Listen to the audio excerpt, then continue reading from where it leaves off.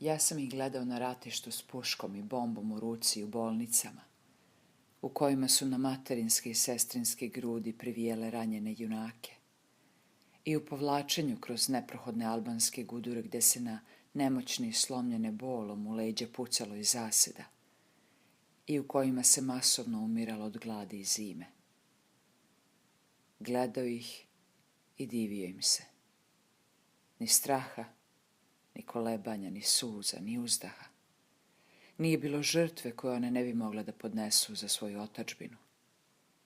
To su odvažne kćeri Srbije, majke i sestre junaka sa Cera i Kolubare, mojih ratnih drugova, kojima je otadžbina bila preča od života i koje su, birajući između poniženja i smrti, izabrale smrt. Nije u to vreme bilo francuskog oficira koji ne bi rado u znak najdubljeg poštovanja položio svoj mač pred noge ovih junakinja. One su svojom hrabrošću i svojom patnjom zadivile svet.